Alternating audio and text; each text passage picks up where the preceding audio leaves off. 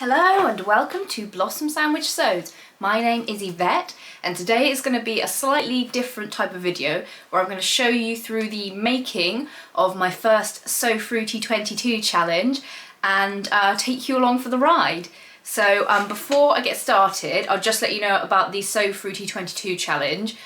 Do go and check out my previous video if you haven't seen that yet and you want the full details, but I'll put in a picture of the challenge rules. So basically all you have to do is make something like fruity themed in some way, fruity print fabric, fruity colour, fruity shapes, whatever. Post it on Instagram during the month of June, tag me and use the tag SewFruity22, and it doesn't have to be a garment, it can be anything that you sew. So that's the challenge, and there's more details about that on my previous video and on my Instagram at Blossom Sandwich. So my first project that I am making is using the Sew Helly Jane fat quarters from her previous box, so that would have been the May box. So Hayley is one of our sponsors for Sew Fruity 22 and she very kindly sent me a box, and she also sent me a box to use as a prize as well. So if you enter Sew Fruity 22 on Instagram, you can be in with a chance of winning that Sew Helly Jane box. So I'll put in a picture of what the fat quarters look like, and the fat quarters were one of my favourite things about that box, especially the sort of vintagey advert looking one. I just thought it was so cute and the way that they all go together so well.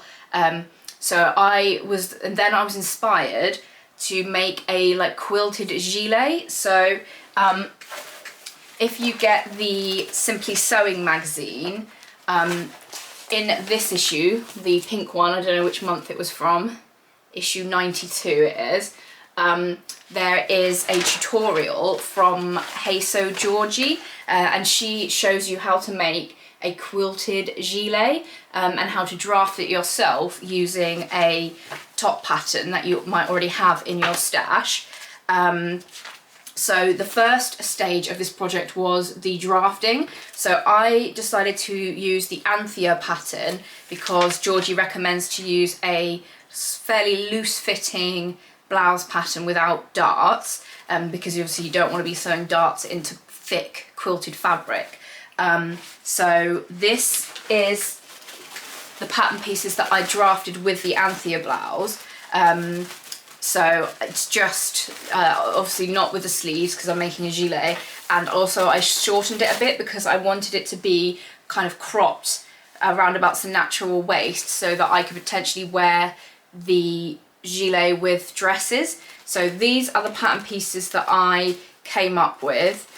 So I kind of made it a V-neck and then like curved the corners, and then like the back as well. So I chose the Anthea because I also like the sort of curved shape at the bottom. It gives a really nice sort of finish and shape to the hem at the edge. And so in Georgie's tutorial, she uses a cup to make like scalloped edges, which I did have a go at, but I found it sort of difficult to get the shapes looking nice and to figure out how big I wanted the curves to be. And also where my plan was to patchwork together the different fat quarters, I wanted it to be a bit more plain, just the sort of overall shape of it, to first to make it not look like too insane, and also just to show off the fabrics more. So in this tutorial, Georgie's using a pre-quilted fabric, so that was an extra step that I had to do, was to quilt the fabric myself. So I've never actually done quilting before on my sewing machine, and I have a very basic like entry-level sewing machine, probably one of the cheapest sort of sewing machines that you can get, which has served me well so far, but it really struggled. So I'm going to put in a bit of footage now about how I found the quilting process and some kind of hacks that I had to do to sort of make it work. So, and that came with a bunch of fat quarters. So I've used the fat quarters and like pieced them together. So this is going to be the back of the jacket. So I've used, these are the fat quarters, this green, the blueberries and this fruit one, and then I've added in a couple, like this is just a blue chambray, and I've added in this strawberry one that I had as well from making my Bakerloo top. So I was just going to do the stripes, but then I didn't have like the length to do the next bit, so then I made some squares and kind of patchworked them together, which I really enjoyed doing, and I was really impressed with myself for getting the corners right. Some of them I did unpick and do again to get myself happy enough with them. So I've done 2 of these for the fronts, and then I've got these, just the stripes for the back, and then on the back I've got a plain blue chambray. And then I didn't have enough of that because I'm just using scraps, so then I've also got this cotton lawn that I have made an Anthea top out of. So you can see this one, I've already started quilting it. So I had a bit of a struggle with the actual quilting, so I've got this batting or wadding, I don't know if they're the same thing with different names, which is fairly thick, and I used this spray, which I think Purple Sewing Cloud has used a similar thing for some of her quilting. So you just spray it onto the fabric, and then that sort of sticks the labels together, so you don't have to like pin baste the layers together too much. So I found that they have shifted a bit, so you can see these were lined up and now they've shifted a bit. So I probably could have done more pins, so I did end up putting a few pins in. But I basically had a nightmare with the quilting because, well, I have blamed my sewing machine for not being particularly good. So I'll try and zoom you in. I'll maybe take you off the tripod to show you what I have come up with as the solutions. So I should probably tell you about the issues first. So I found that the sewing machine, like I've set my machine to 4, which is the longest stitch length that my machine can do on just a straight stitch. Because with quilting you need to set a longer stitch length because your needle's got to get through more like layers of fabric. So if you have a stitch length too small, it just you don't get reasonable sized stitches. So I was finding that on my practice it was going fine. So I've got this sort of scrap with the same fabric and batting, and I was getting the stitches out evenly, but then on the main thing the stitches were going out kind of uneven lengths, and sort of a lot of them coming out quite short. And I think I figured out that the issue is because I was really confused, like it wasn't obviously like a tension issue. I did think maybe it was like the presser foot was down too hard because I can't adjust the presser foot height on my machine. But I think it was like because it was working fine on the practice, which was basically the same, but I think it was like to do with the size of the thing, because my feed dogs couldn't pull the whole thing through enough, so it was making smaller stitches because it was only pulling it along a little bit. So I've kind of think that I haven't fully figured it out, but I have made some changes that have improved the situation. So let me see if I can show you. So this is my sewing machine. I bought a walking foot. So I just bought a cheapy walking foot off of Amazon. I think it was about $10.99 or something. So you can see that there. And then this is like a quilting guide to try and keep your lines even. So I bought this, and I had high hopes for it, but I was still finding the similar issue. So then I made a kind of makeshift sort of table extension by using the table extension that I had off of my overlocker, but it's not quite the right height. So I've sort of propped it up on my pressing ham that I made. But that, although it kind of is quite crude and looks a bit shabby, it does hold the fabric out like straighter on the side, and it's a sort of slippy surface. And then I roll up the excess quilt in here as well, and and that's really helped stop this like short stitch thing.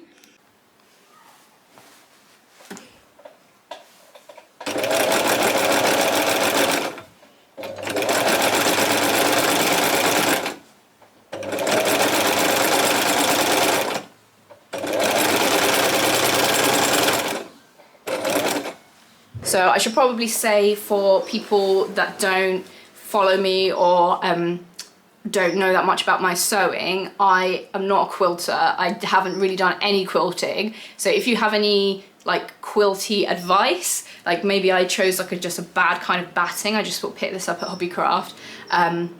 But yeah, I'd be interested to know what your quilting tips are. But this sort of situation here, it does seem to be helping at the moment.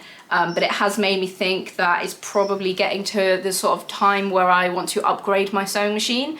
So I've been thinking about this a lot recently, and like putting out some questions on my Instagram for people about what they like about their machines and stuff.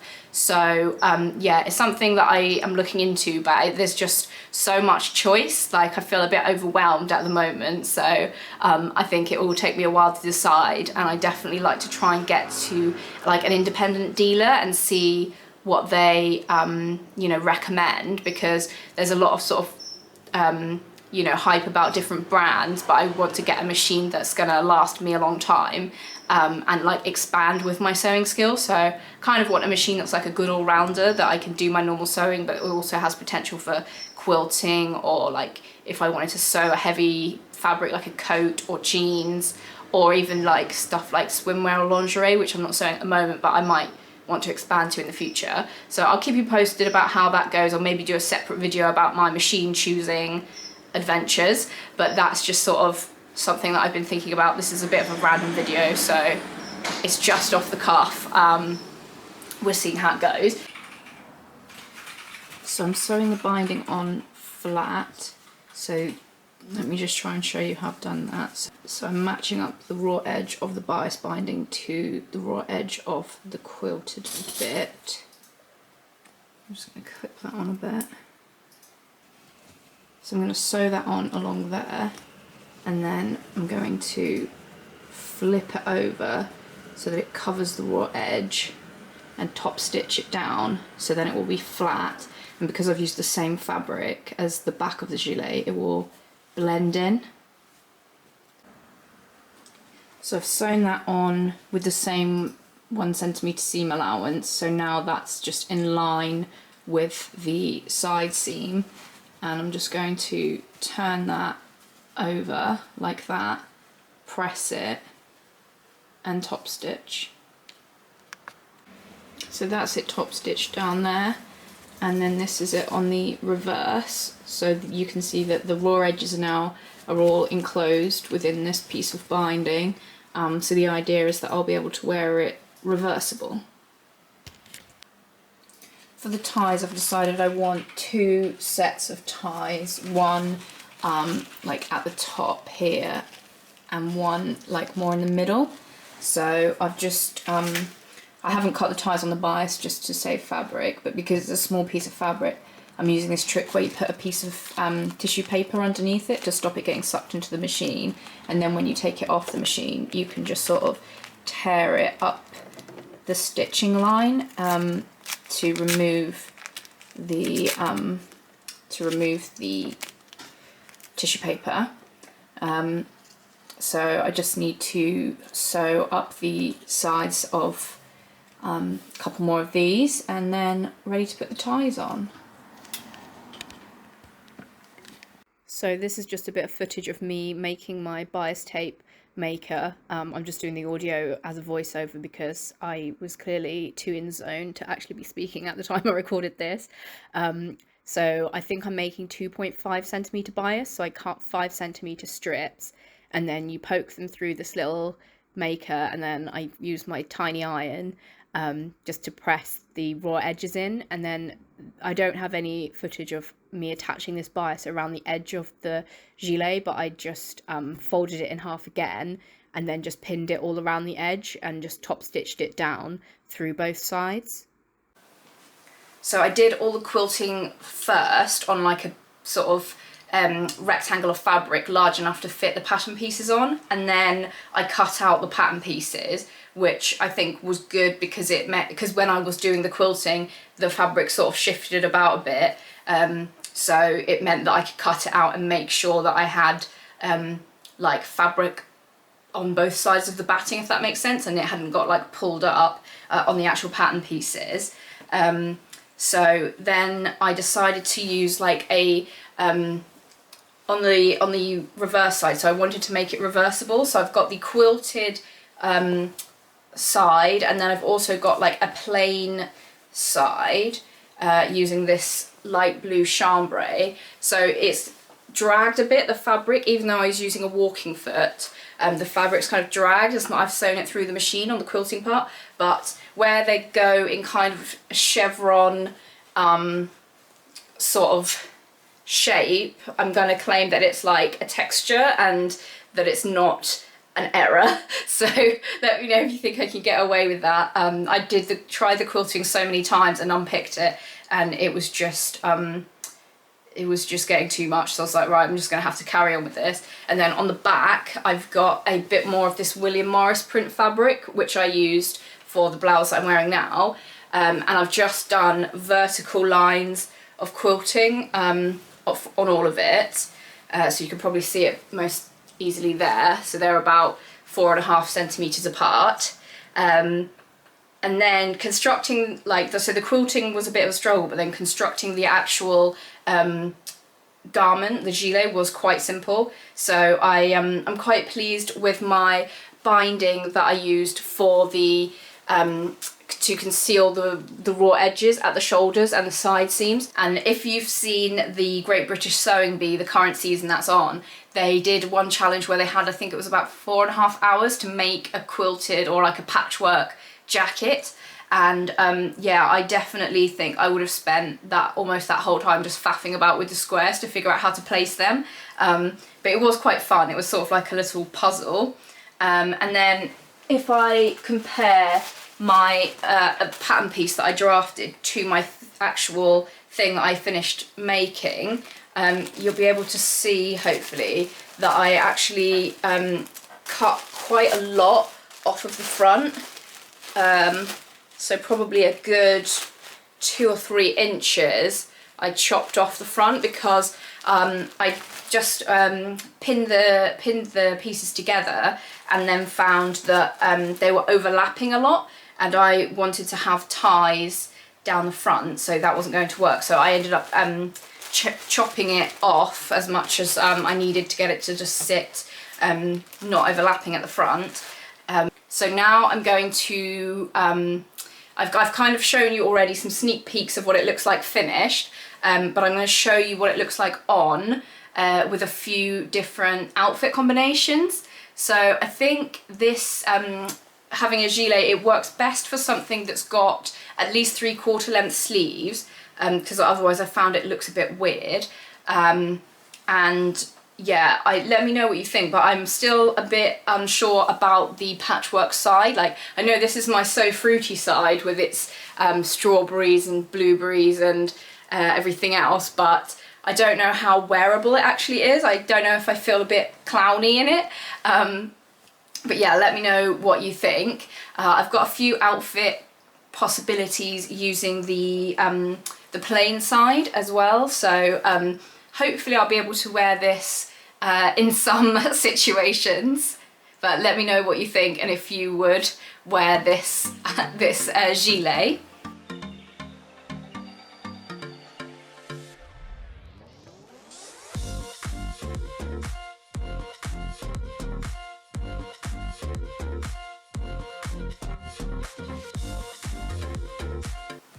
So yep, this is it for my first So Fruity project make. Maybe I'll just wear it like this and flash the insides when I'm feeling excitable. But yeah, let me know what you think in the comments below, and which was your favourite outfit combination, or if you have any ideas of other outfits that I could style with this gilet. It's not an item of clothing that I've ever had in my wardrobe before, so I'll have to figure out how to style it. So yeah, thank you so much for watching, and also thank you so much to everyone that is joining in with So Fruity 22, whether you've already posted or you're still planning your makes. It really excites me to see your posts appear on Instagram, and to hear that people are enjoying the theme of the challenge. So yeah, thanks for watching, and I'm really looking forward to your So Fruity projects, and I will check back in with my next projects. I've got a couple more planned as well. So yeah, I'll see you around. Bye.